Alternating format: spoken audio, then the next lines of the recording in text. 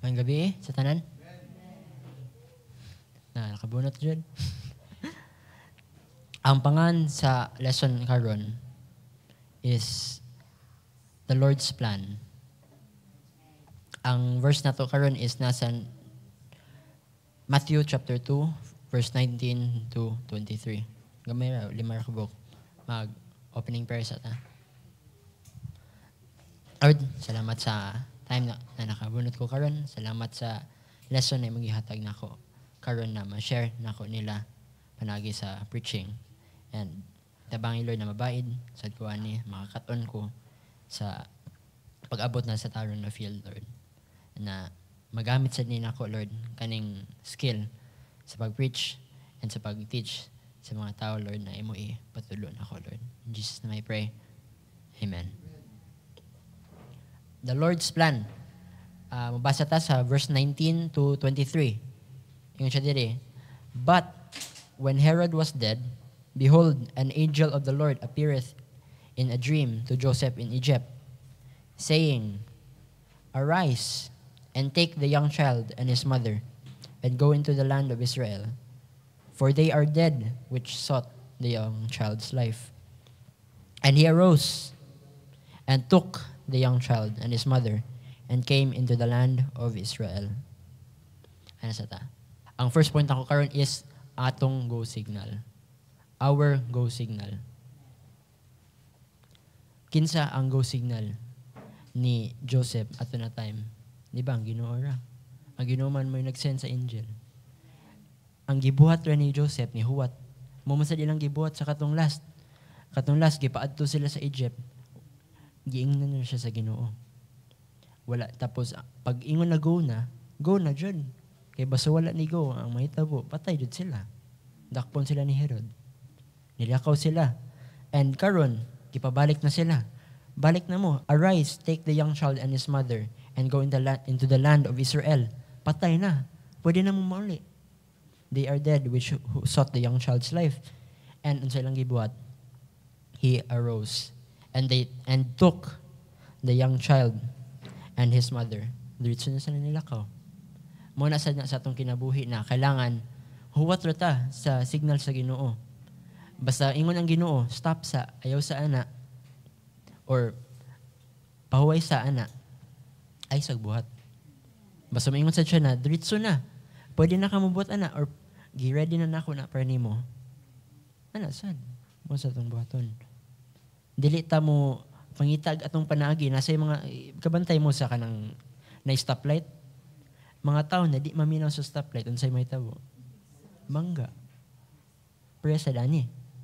Na maminaw ra ta sa stoplight sa Ginoo ang ato ang go signal. Akong second point karon, the easy and hard part. Ingon siya diri sa 22.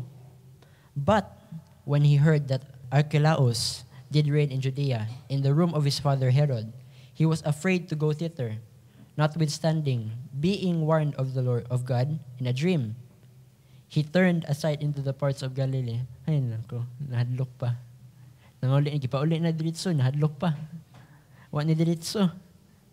And he came and dwelt in a city called Nazareth, that it might be fulfilled, which was spoken by the prophet, he shall be called a Nazarene.